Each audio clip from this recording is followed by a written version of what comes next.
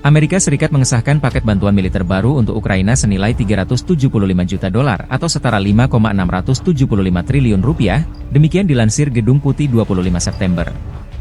Bantuan tersebut meliputi senjata udara ke darat, amunisi untuk sistem roket, kendaraan lapis baja, dan senjata anti-tank. Bantuan tersebut disahkan melalui otoritas penarikan pasukan presiden, PADA, yang secara resmi disahkan oleh Presiden Amerika Serikat Joe Biden pada 25 September. Sebelum pengumuman tersebut, Biden menjanjikan dukungan berkelanjutan kepada Kiev dalam deklarasi bersama dukungan untuk pemulihan dan rekonstruksi Ukraina.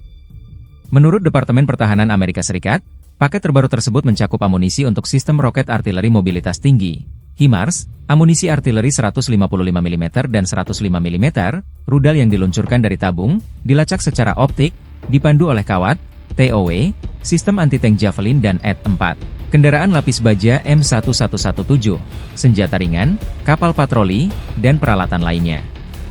Paket tersebut dilaporkan menandai pertama kalinya Amerika mengirim Ukraina bom luncur jarak menengah yang dikenal sebagai Joint Standoff Weapon, JOW, yang dapat diluncurkan dari jet tempur F-16.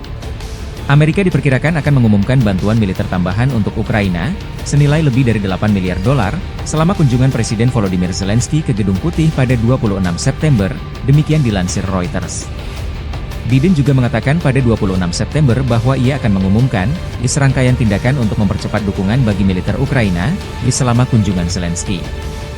Paket senilai 375 juta dolar tersebut merupakan bantuan keamanan tahap ke-66 yang telah dikirim pemerintahan Biden ke Ukraina dari inventaris Amerika Serikat sejak Agustus 2021.